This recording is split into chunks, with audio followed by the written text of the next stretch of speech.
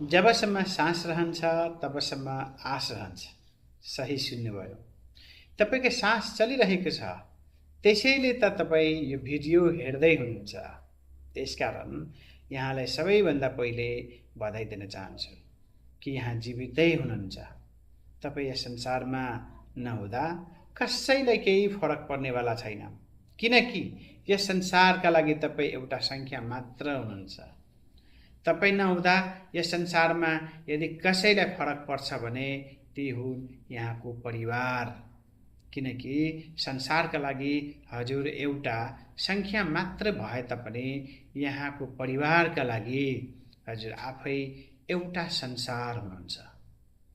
हजुर यस संसारमा नहुँदा यहाँको परिवारले पुरै संसार गुमाएको हुन्छ। हजुरलाई कस्तो लाग्छ आफ्नो विचार कृपया कमेन्टमा लेख्नुहोला। साथै यो भिडियो आफ्ना नजिकैका साथी मित्रले पनि शेयर गर्न नभुल्नुहोला। हस्, धन्यवाद।